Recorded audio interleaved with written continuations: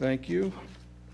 We'll now consider the minutes of our meeting of September 19th. I believe everyone has a packet that contains those minutes.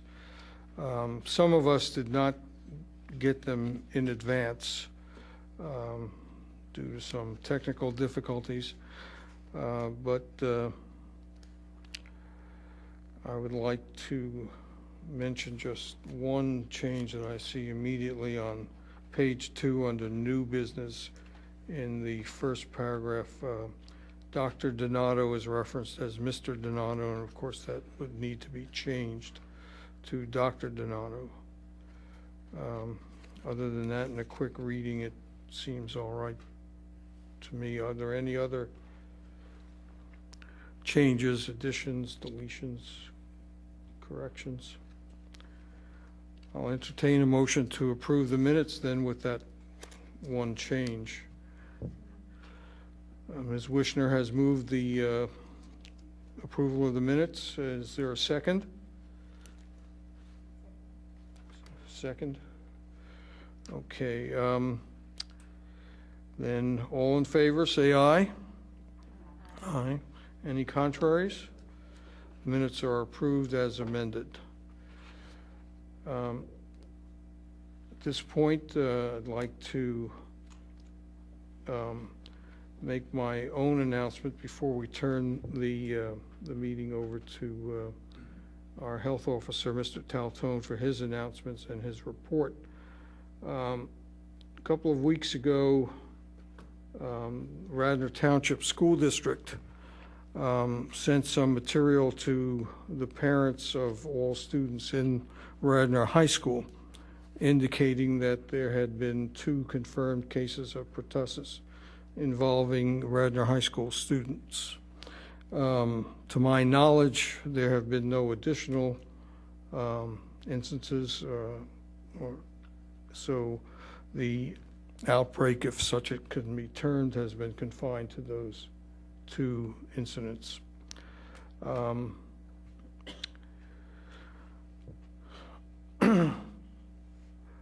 I'd like to ask first Dr. Foreman if he would make some comments with regard to this, and because my concern is that all students should of course be adequately immunized, and in particular with regard to this disease, as well as several others, but we'll confine it to pertussis at this point. Dr. Foreman? Sure. Well, just for everyone's information, pertussis is a bacterial illness and that is relatively common this time of year especially. It has seasonality to it.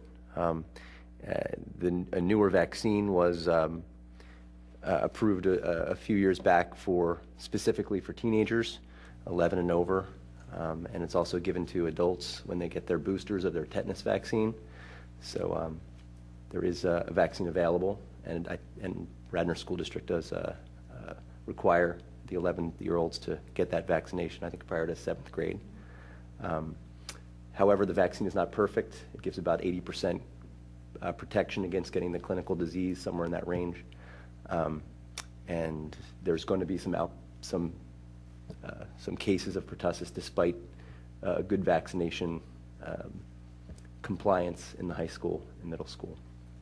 So it's not surprising that there was some cases of pertussis. I think from a public health standpoint, it's important to encourage everyone to get their required vaccines, and more specifically for parents and caretakers of infants to make sure they have the vaccine as well, because infants are the most susceptible to this disease as far as becoming a very serious issue. Usually a very mild illness for teenagers, but specifically a life-threatening disease for infants and babies. So from a public health standpoint, I think getting as many people aware that you should be vaccinated if you're in care of a child or a baby, and also for the students to follow district guidelines and make sure they have their booster by 7th grade. Thank you. Are there any other comments? Ms. Wishner? Yeah, I just wanted to add a couple of things. There are a couple of, the group that makes recommendations for immunizations nationally, the Advisory Committee on Immunization Practices, has a pertussis working group, and things that are, so the way vaccines get approved is, first of all, the research is submitted to the Food and Drug Administration, which then licenses them. And in their licensing, they stick very closely to what was done in the trials. The Advisory Committee on Immunization Practices looks at those data and incorporates them, but sometimes makes what are called off-label recommendations, or recommendations that go outside the FDA licensing because they feel that the trials for a drug may have arbitrarily stopped at a certain age, and really there's no reason why a drug wouldn't work for older people, for example. So with the tetanus, diphtheria, acellular pertussis, or for younger kids who get it, it's DTaP, DTaP. When they get more of those antigens, the adult booster is Tdap, TDAP, and they're smaller doses of antigens except for the tetanus. Currently the recommendation is for adults, well, for children and adults, to get a single dose of Tdap, TDAP, in place of, or whenever their tetanus booster would be due. So instead of getting their tetanus booster, which would be TD, they would get one dose of Tdap, and then go back to TD for every 10 years or 5 years for wound care.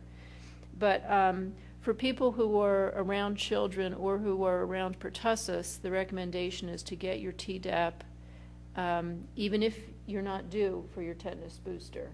So, and I was recently at a conference last week where Dr. Bill Atkinson from the Centers for Disease Control and Prevention was there giving an update, and someone asked the question, okay, well, what's the interval between TD and Tdap if Tdap is needed? And he said 1 minute.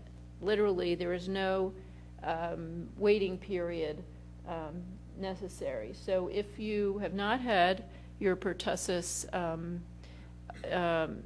immunization, it is recommended for adults, because I think once you start looking at all the groups, any adult who may have contact with babies, any adult who may be in the vicinity of babies, I mean, you very quickly go to really all adults should have that booster, and it's part of what we all need to do to protect people in our families, people in our community, and people who may be immune suppressed or unable to get a vaccine for a true medical contraindication, and who need everyone else around them to be protected.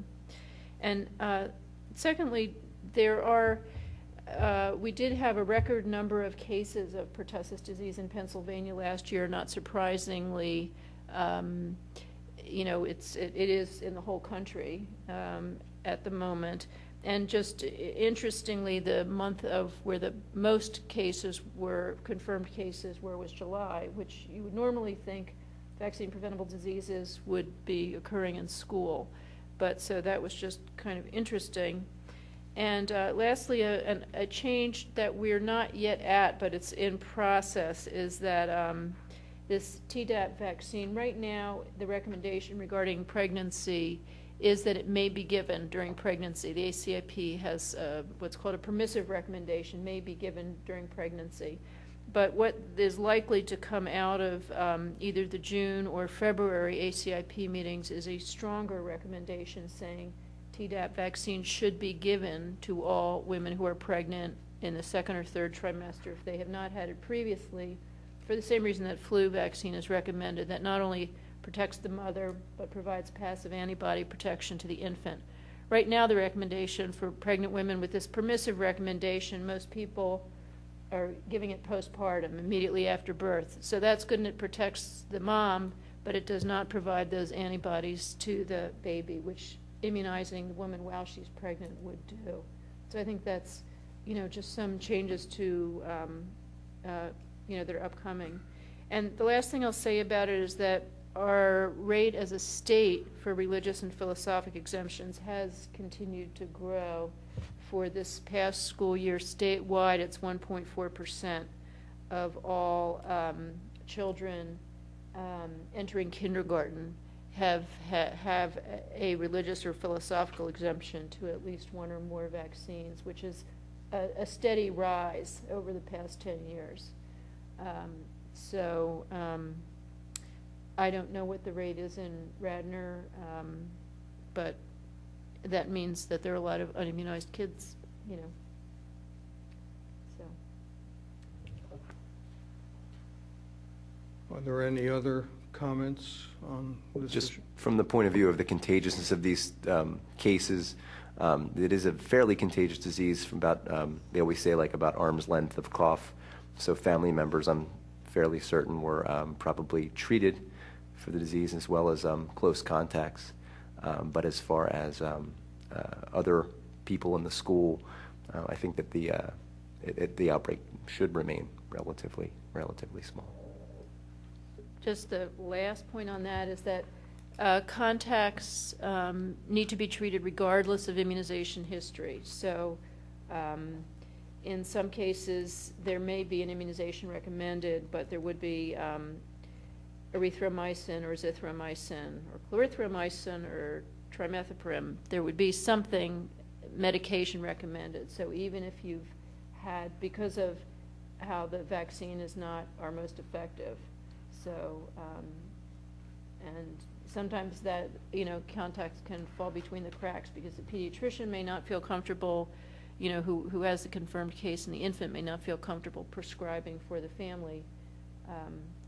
So, you know, sometimes you have to make sure that you get that. And there's great information about pertussis on the Pennsylvania Department of Health website, so. I would assume that's true as well as the CDC website. Just for our viewers, since you've both referenced this Tdap, would you tell us what those initials stand for? So T for tetanus, D for diphtheria, and the AP stands for acellular pertussis vaccine. Thank you. Any further comments or questions? Hearing none, we'll move on to Mr. Taltone's report. Good afternoon, Mr. Chairman and board members, members of the community. Welcome. As far as announcements tonight, Dr. Donato will not be able to make tonight's meeting. On the podium somewhere, I think I put it in front of Dr. Foreman, is a list. I want to make sure I have everyone's updated email address. For some reason, it's kind of got a little mixed up, so would you please pass it around, and I'll get that at the end of this evening's meeting. I'm sure Dr. Leader will be introducing formally our new intern, but I just want to welcome Alexia Lee personally. As far as my report for the month, I was able to conduct 5 rental housing inspections. These are new housing inspections, not the existing ones. 35 food establishment inspections. There are probably included in that number some temporary events where there might have been 3 or 4, maybe up to as many as 8 that happened in one inspection period. 9 bathing place inspections and 13 quality of life issues, 2 of which where we had 2 different incidents where vehicles ran through the front door window of a food facility. One was an existing food facility, and the other one is one that was under construction. Happy to say that no one was hurt at the time. In the one facility, there was a mother with a child. Due to her quick reflexes, she was able to get out of the way and no one was hurt, so I'm very happy about that. We had 1 concern regarding mosquitoes, 2 incidences where dogs bit humans, 2 where dogs bit dogs, 1 where a dog was bit by a groundhog, and 5 property maintenance issues. In your packet, you'll find the National Take Back Initiative, which is Saturday, October the 29th, 2011. This is the second time that I put it in the packet because I think it's important. It's from 10 o'clock a.m. to 2 p.m. at 2 drop-off locations, one at the Radnor Township building and the other one at the Wayne Senior Center. Excuse me, Mr. Talton, while we're on that, is this for over-the-counter as well as prescription medications, or just prescriptions? It's for controlled and non-controlled, and over-the-counter substances. Will you look under the collection day protocol, under point number 1? It says controlled, non-controlled, and over-the-counter substances will be collected. Liquids and creams in original packaging will be accepted. All participants must retain possession of their own medication during the surrender process. Law enforcement personnel should not handle medications at any time. Participants will remove any personal information from the bottles or packages that contain pills, capsules, and liquids, and place the bottles or packages into the disposal box. No effort will be made by law enforcement personnel to count, inventory, or log medications. This program is anonymous, and all efforts will be made to protect the anonymity of individuals disposing of medications. No questions or requests for an identification will be made. This one is very important. No syringes will be accepted because of the potential hazard posed by blood-borne pathogens. Next, we have in your packet a notification from the National Association of Local Boards of Health. The ballot for election, I sent the original to the chairman. The National Association of Boards of Health news brief, mainline information on mainline Kids Healthy Living Program, relationship between bullying and psychiatric disorder. From the same resource regarding overweight child's future. And the last one, which I think is pretty important, Radnor Township's manager kicks off Health and Wellness Challenge. In your packet, you'll find that the flyer for that. It says Radnor Township's manager kickoffs Health and Wellness Challenge, October the 1st through November the 22nd, benefiting Wayne Senior Center Wellness Program. Township manager Bob Zinkowski is making a commitment to donate $10 for every pound he loses from now until November the 22nd, with a goal of 30 pounds. He is challenging members of the community to participate in the effort to improve the health of Radnor Township. Tonight, I'm taking that challenge. I'm not going to take it to the extent that he is. He's a lot bigger man than me, maybe a little richer than me, but I'm going to take the challenge to try to lose 15 pounds at $5 a pound. And tonight I bought it in a scale because I want to take the challenge here at the board meeting because I need the incentive. Because once I put myself under the gun, I have to do it. And so if I lose half the 15, I'm happy. Mr. Chairman, with your permission?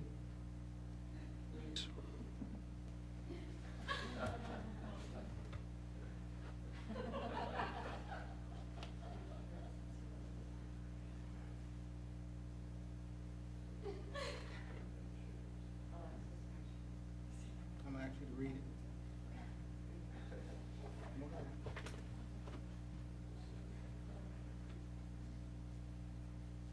Tap that for me. Just tap it back here. Now my scale's not wanting to work today. It just worked. I have one close by. How close?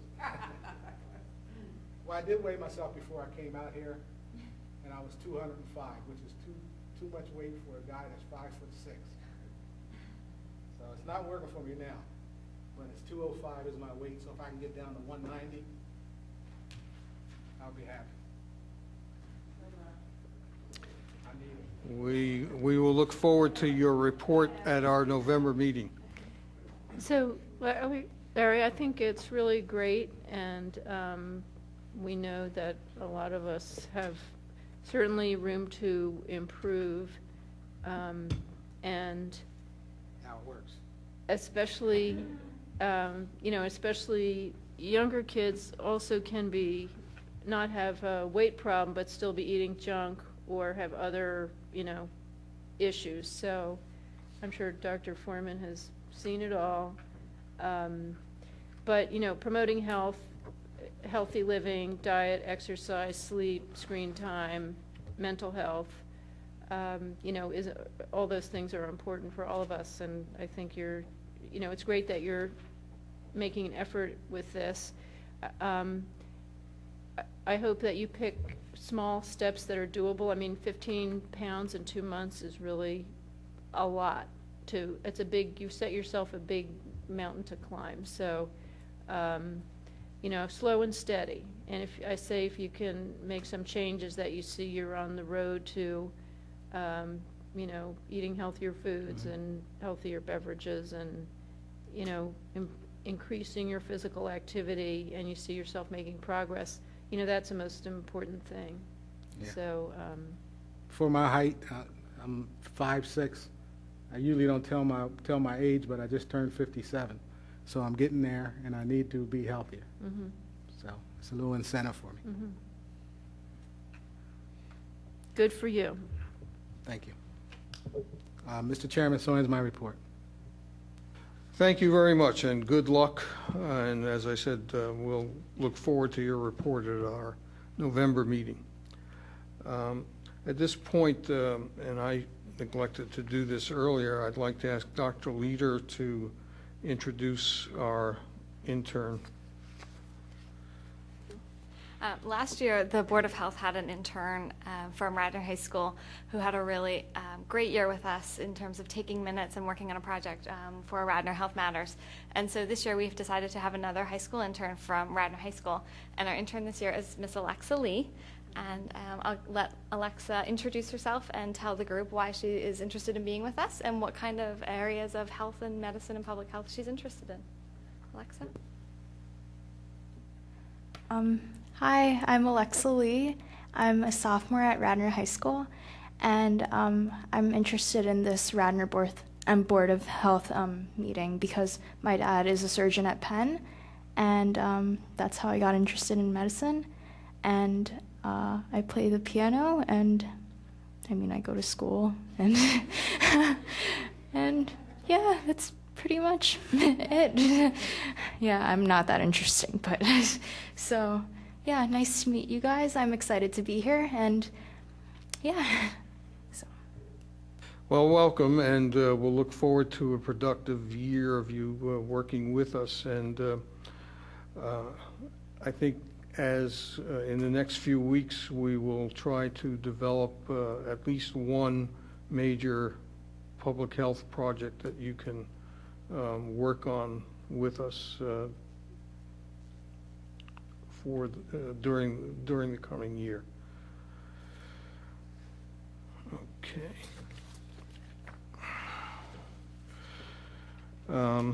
Any other announcements before we go to old business? Okay. The first item under old business is the teen health issues, and this afternoon Dr. Leader and I came in a bit early and reviewed with Mr. Doling the status of the video that was developed by Allison Mosier Mills, last year's intern, Dr. Leader, Ms. Wishner, and a couple of others. It's nearing completion. I think we just have to do add in an introduction that would help to clarify what it is we're doing with that video, and then it will be ready and put on the Township's cable channel as well as the Township's website so that folks can look at it. And the video does address some of the issues we've been talking about here, nutrition particularly, and physical activity, sleep issues, and a couple of other matters that are of concern to adolescents. So I'm looking forward to completing that project in short order, and hopefully within the next couple of weeks we can get that out. Any questions on that one? Hearing none, we'll move on to Radnor Reach Ask. Ask stands for the Alliance for Safe Kids. And on October 13th, representing the Board of Health, I attended the latest meeting of that group. And as I reported at our last meeting, that group is going to be doing a program on cyberbullying, and That had been originally scheduled for November 3rd, but there were some problems in getting presenters' schedules. It was just too short a time frame to do that. So that meeting has been put off, and I don't have a definite date at this time to give you. The next meeting of the group is November 10th. But at that meeting, hopefully we'll know when the rescheduled date is. Also, rather than have several panelists, which some people thought might not work as well for this issue, there is the presentation will be entirely done by the Delaware County District Attorney's Office. There is an assistant district attorney who has done a lot of work in this area with kids and parents and others. And my understanding is that they have a very sophisticated and comprehensive presentation that they can do for us. So again, that's part of working out the dates, and I will keep everyone here informed. Any further questions on that? Okay, the next item on our agenda is the Environmental Advisory Council, and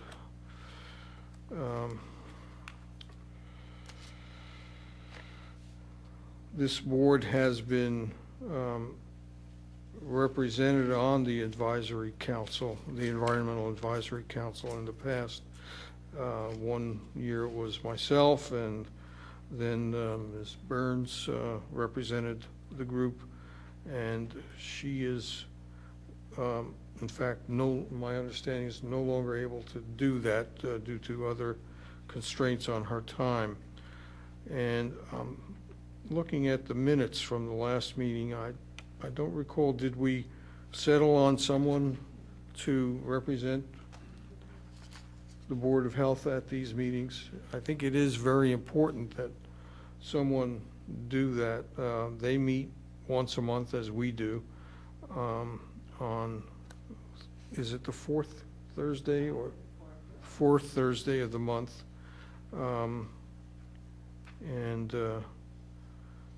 if no one is disposed right now to make that commitment, please do get back to me as soon as you can. I would like that to continue. I'll check my schedule and let you know. What time? 6 o'clock? Yeah. Yeah, I may be able to. Okay, great. Just let me know so that I can inform Brenda Gutanda, who is the chair of the Environmental Advisory Council.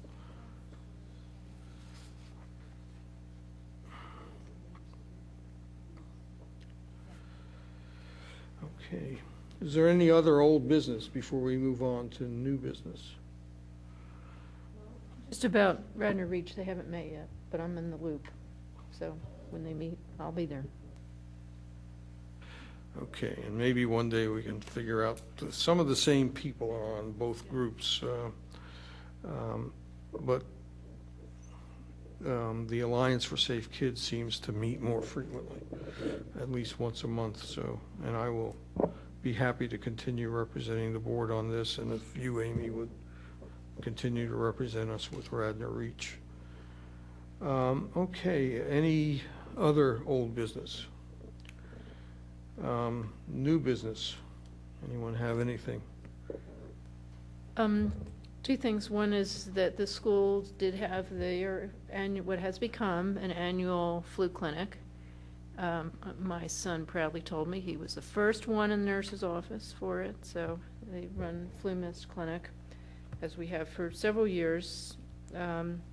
So, and I don't know the number of kids who did it, but I think, you know, it is becoming, I mean, we honestly just did it at convenience. He plays football, so it was just, you know, a convenience to have him get it at school. And secondly, I just wanted to mention another upcoming thing from the, in terms of vaccine recommendations. is that Gardasil, which is a human papillomavirus vaccine that we've unfortunately had some controversy about recently,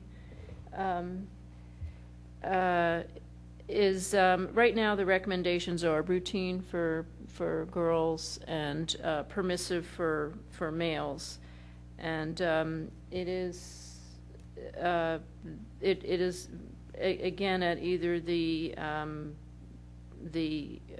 one of the next two ACIP meetings. They're quite confident that it will be made into a routine recommendation for males as well, the same ages and intervals as the recommendation for females. The data are very strong, not only on the role that boys have in transmitting this disease to girls, if related to cervical cancer, but on prevention of anal cancer for males.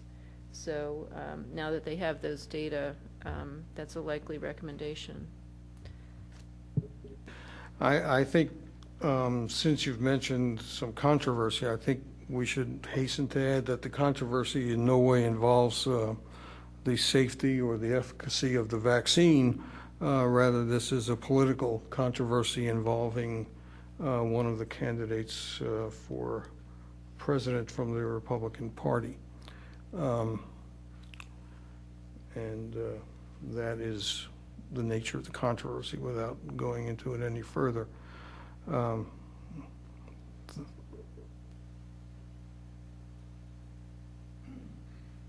Any further new business? I just have a question as far as if we've heard anything more about how, for the county health department, if any new news has been coming out about that. There is nothing new. What the Delaware County Council decided to do with the recommendations presented to it by the Johns Hopkins School of Public Health, last spring they appointed a senior medical advisor who happens to be a Radnor Township resident, Dr. George Avedian, and he has been working ever since to foster relationships with the Pennsylvania Department of Health, as well as other local bodies, including this Board of Health. He did come here last spring and addressed us as to what his goals are. I am, in fact, meeting him for lunch this coming Friday to review what he's been able to accomplish so far over the summer, and I hope to be able to report on that either myself or, if Dr. Avedian is available, perhaps at our next meeting.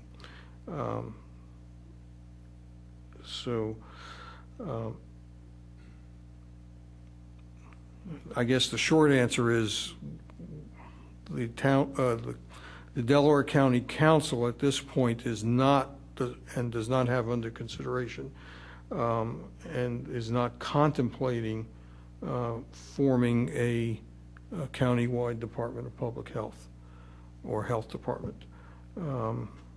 Instead, they have decided to go this route to help them to implement facets of the Johns Hopkins report, which, for those of us who have looked at it, will recall does not really address the issue of a county-wide Department of Health.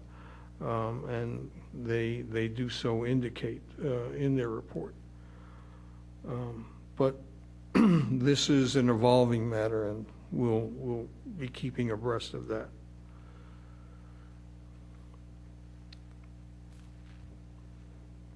Any other new business?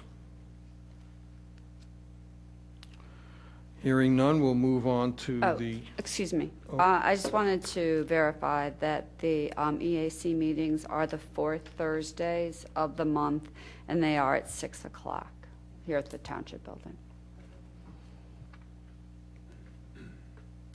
Okay, we'll move on to the public comment section of the agenda.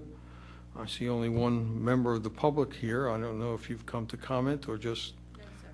Thank wandered in out of the parking lot. No, but I'm so glad I did. Okay, great.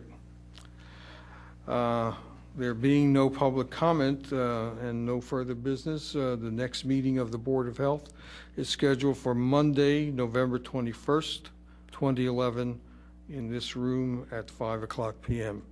The meeting stands adjourned.